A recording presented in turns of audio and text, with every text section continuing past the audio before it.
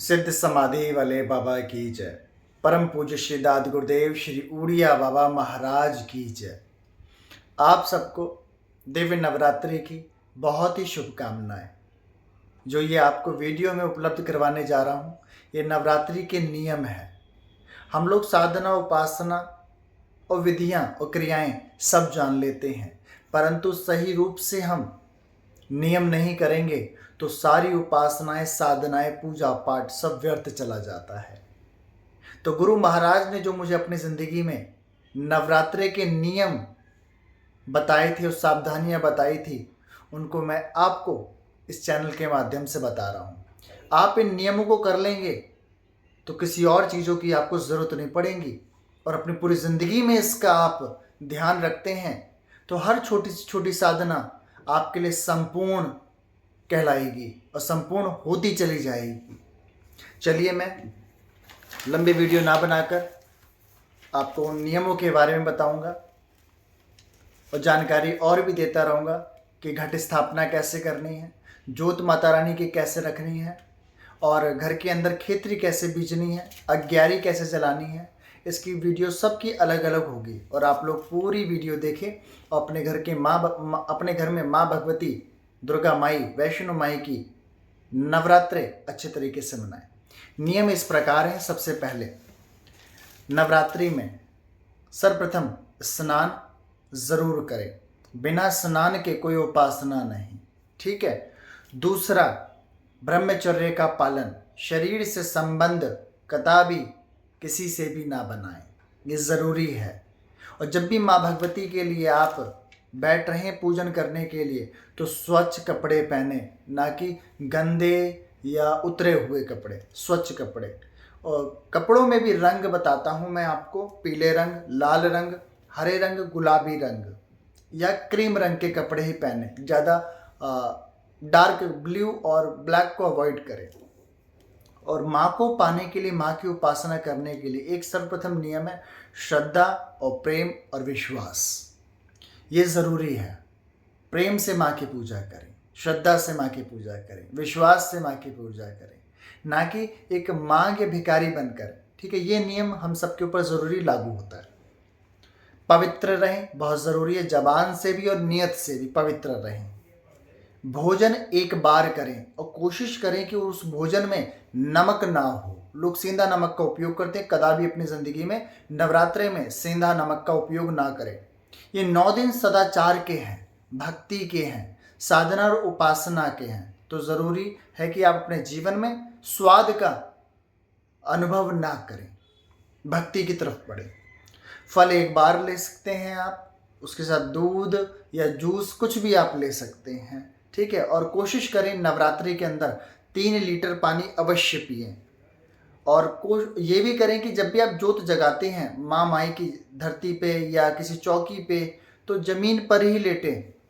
बहुत सारे तकलीफ़ शरीर से झेलते हैं और बड़े परेशान होते हैं, तो निवेदन है कि आप नीचे अच्छी रज़ाई या कुछ अच्छा बिस्तर बिछाकर नीचे ही लेटें धरती पर। जोत से पर नीचे लेटें, जोत से ऊपर नहीं।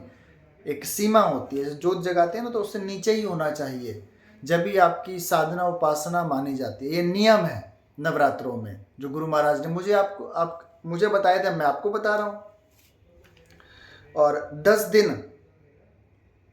कहीं बाहर नहीं जाना और ना बाहर का कुछ खाना है। बाहर आजकल मैं देखता हूँ नवरत्न थालियाँ आ रही हैं, राम लड्डू आ जाते हैं। तो ये सब जो बाहर की बनी हुई चीज़ों को बिल्कुल भी घर में लाकर माँ को भोग लाकर नहीं खाना। पहला तो ये चीज़, साधारण रहें, बिल्कुल साधारण। ये नियम मैं ज़रूर बता रहा हूँ आपको, क्योंकि आपकी पूजाएं कहीं ना कहीं आप कर रहे हो, बहुत सारा इन्वेस्ट कर रहे हो अपनी सेवा भी और हर चीज़ के ऊपर, नियम नहीं कर रहे तो सब व्यर्थ है। तो सावधानी रहना आपका ज़रूरी है। और फ़ोन कम चलाएं, क्योंकि फ़ोन चलाएंगे अश्लील चीज़ आएगी तो ब्रह्मचर्य पालन टूटेगा। तो फ़ोन कम चलाएं, बहुत ज़रूरी है। केवल जिनका फ़ोन आए उनको उठाएं, जिनको फ़ोन करना है उनको, बस काफ़ी। अच्छी आप वीडियोस देख सकते हैं, माता रानी के गाने सुन सकते हैं, ये बहुत अच्छा है भक्ति के लिए। पर चीज़ें ना देखें ज़्यादा, ज़रूरी है।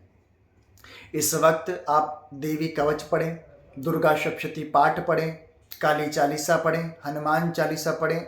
आपके गुरुदेव के द्वारा दिए हुए जो अद्भुत मंत्र हैं, वो निवारण मंत्र हो, दुर्गा जी का बीज मंत्र हो, काली जी का बीज मंत्र हो, वह सब भी आप पढ़ सकते हैं। इसका जो समय नियम है वह रात्रि में 6:30 बजे के बाद और रात्रि तक, जब भी आप सेवा करना चाहते हैं माँ भगवती की, तो आप पढ़ सकते हैं।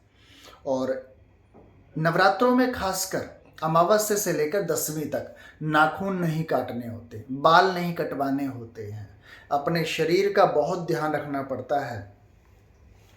और जहाँ महामाई की आप जोत जगाते हैं वो कमरा कभी भी खाली मत छोड़ना, ये बात याद रखना बहुत ज़रूरी है। और चमड़े का कोई भी उपयोग नहीं करना। और ख़ासकर एक और बात, दिन में सोना नहीं है। बहुत सारे लोग सो जाते हैं दिन में, तो दिन में सोना नहीं है। महामाई के चौकी के पास अवश्य रोज 5 गीत माई को गाने हैं, माई के लिए गाने हैं, ज़रूरी है। और ऐसे कमरे में साधना करें जिसमें आना जाना लोगों का कम हो, लोग कम आपकी जोत को देखें, खेतरी को कम देखें, आपकी माँ भगवती की चौकी को कम देखें। ये साधना दुर्लभ होती है, जितनी आप इसको छुपा कर रखेंगे उतनी जल्दी माँ भगवती आपके लिए दुर्लभ दर्शन उपलब्ध करेगी। ये नवरात्रि के नियम हैं, इन नियमों को करना आपको बहुत ज़रूरी है। जब ही आप आगे बढ़ पाएंगे, आपकी पूजा पाठ साधना उपासना आपके लिए और लाभदायक बन पाएगी। ये सावधानियाँ ज़रूरी हैं, तो इन सावधानियों को आप अपने जीवन में नवरात्रि में उतारें और पूरी ज़िंदगी उतार सकते हैं, तो कायाकल्प बदल जाएगा आपकी ज़िंदगी का। साधारण बने, वैष्णव तरीके से आप महामाई की उपासना करें। और भी और वीडियोस अब अपलोड होने वाली हैं जिसमें आप माता रानी की घट स्थापना, काली माँ की अलग या दुर्गा माँ की अलग कैसे करें, ये सब मैं वीडियो में बताऊंगा। चौकी पर क्या क्या बिछाना चाहिए जिससे घर के अंदर बहुत कुछ सकारात्मक बना रहे, खेतरी कैसे बीजें, और दूसरा माता रानी की जोत खड़ी बत्ती या लेटी बत्ती रखें, इसकी दिव्य जानकारी मैं वीडियो में देता रहूँगा। क्योंकि लॉन्ग वीडियो हो जाती है तो देखना बड़ा कठिन हो जाता है, छोटी वीडियो में जल्दी समझने में सहायक होती है। ठीक है, तो बाकी और जिनको और दिव्य जानकारी है, जिनको नवरात्रि में और कुछ पाना है, वो टेढ़ेश्वर धाम पर एतवार वाले दिन सुबह आकर जान सकते हैं। तो सुबह 10 बजे से मैं मुलाकात करूंगा लोगों से 1 बजे तक, और दुर्लभ चीज़ें मैं आपको बताऊंगा। जिनको 3 प्रकार के मंत्र हैं वह मैं जानकारी दूंगा, करेंगे तो पाएंगे अपनी ज़िंदगी में। ठीक है, जब तक के लिए टेढ़ेश्वर धाम से आप सबको मेरी तरफ से राम राम जी, राम राम जी, राम राम जी।